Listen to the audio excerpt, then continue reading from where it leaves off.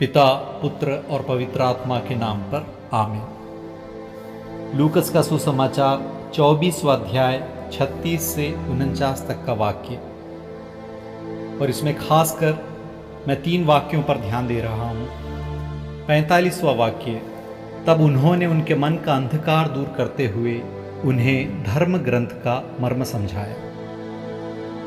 ये पहली बात। यीशु मसीह में प्यारे भाई और बहनों, यीशु मसीह ने जो कुछ भी कहा, जो उपदेश दिया, जो कुछ भी सिखाया, वह सब उनके शिष्यों ने अपने प्रभाषण द्वारा या अपने लेखों द्वारा, जिसे कि हम बाइबल कहते हैं, इसके द्वारा उन्होंने संसार भर में प्रभु के वचन को फैलाया, सुसमाचार का प्रचार किया।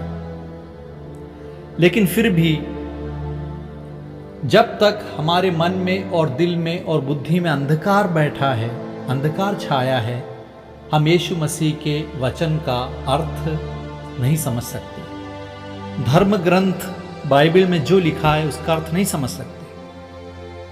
तो यीशु मसीह पुनरुत्थान के बाद अपने शिष्यों से मिलते हैं और उनके मन के अंधकार को मिटाते हुए पुराने नियम में जो कुछ भी उनके बारे में कहा गया था, जो कुछ भी उनमें पूरा होना था, सबका अर्थ उन्हें समझाते हैं। उसी प्रकार हमेशा जब भी हम बाइबल पढ़ते हैं, हमें सबसे पहले प्रार्थना करनी चाहिए कि हे प्रभु, मेरे बुद्धि और मन के अंधकार को दूर कर दो, मेरी आंखों और कान को खोल दो, ताकि मैं तुम्हारे वचन को समझ सकूं, उसका सही अर्थ समझ सकूं और उसके अनुसार अपना जीवन जी सकूं।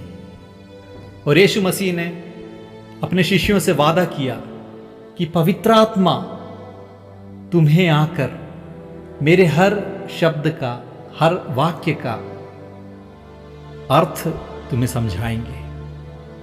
तो हम प्रार्थना करें कि पवित्र आत्मा हमें प्रभु यीशु मसीह के कथन का, वाक्यों का, शब्दों का अर्थ हमें समझा दीजिए। और दूसरी बात है, 48वें वाक्य में प्रभु उनसे कहते हैं, शिष्यों से कहते हैं, तुम इन बातों के साक्षी हो।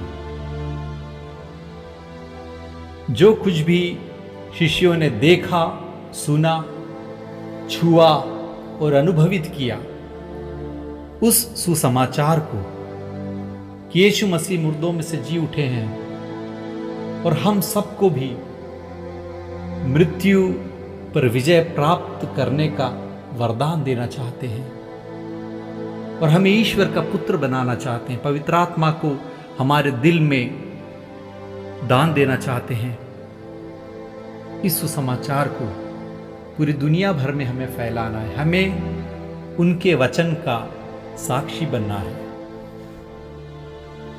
गुड़गांव धर्म प्रांत में भी और खड़की धर्म प्रांत में भी हर एक व्यक्ति को प्रभु यीशु मसीह के वचन का साक्षी बनना है। हमें वचन का प्रचार करना है, ना केवल शब्दों से, और इन शब्दों में यदि जीवन डालना है तो हमें यीशु मसीह के वचन के अनुसार, उनकी इच्छा के अनुसार जीना है। तभी लोग हमें समझेंगे, हमारी बातों को मानेंगे और वो प्रभु के लिए आकर्षित होंगे। और तीसरी बात है, 49वें वाक्य में हम पढ़ते हैं, देखो मेरे पिता ने जिस वरदान की प्रतिज्ञा की है उसे मैं तुम्हारे पास भेजूंगा। कौन है वो वरदान? वो है पवित्र आत्मा। पवित्र आत्मा हम सब पर पिता ईश्वर बरसाना चाहते हैं यीशु मसीह के द्वारा। और यीशु मसीह हमसे कहते हैं, इसलिए तुम लोग, शिष्यों से कहते हैं, इसलिए तुम लोग शहर में तब तक बने रहो जब तक ऊपर की शक्ति से संपन्न ना हो जाओ। तुम्हें साक्षी बनकर आगे जाना है, तुम्हें मेरे वचन को समझना है, सब कुछ सही है, लेकिन उन सब की शक्ति कौन देगा? पवित्र आत्मा देगा। इसलिए हम पवित्र आत्मा के आगमन के लिए प्यास से इंतजार करें, प्रार्थना करें। प्रभु हम सबको अनुग्रहित करें। God bless you.